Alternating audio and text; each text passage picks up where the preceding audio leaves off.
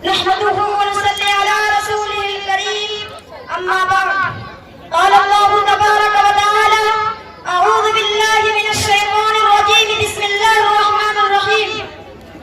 يا أيها الذين آمنوا إذا لقيتم فئة فاثبتوا واذكروا الله كثيرا لعلكم تفلحون صدق الله العظيم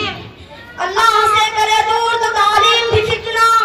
اللہ سے کرے دور تو تعلیم بھی فتنہ املاک بھی اولاد بھی جاگیر بھی فتنہ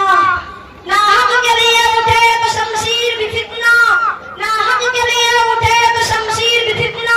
شمشیر ہی کیا نعرے تکبیر بھی فتنہ محترم صدر علی وقار معزز علماء کرام و مہمانان عظام اور اس چمن کے نوشگفتہ پھولوں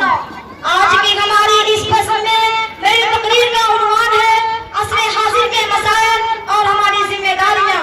محترم سامعین بس امت مسلمہ موجودہ حالات میں آزمائشوں اور کشمکشوں کے عجیب دورائے پر کھڑی ہے اسی وجہ سے کچھ عرصے سے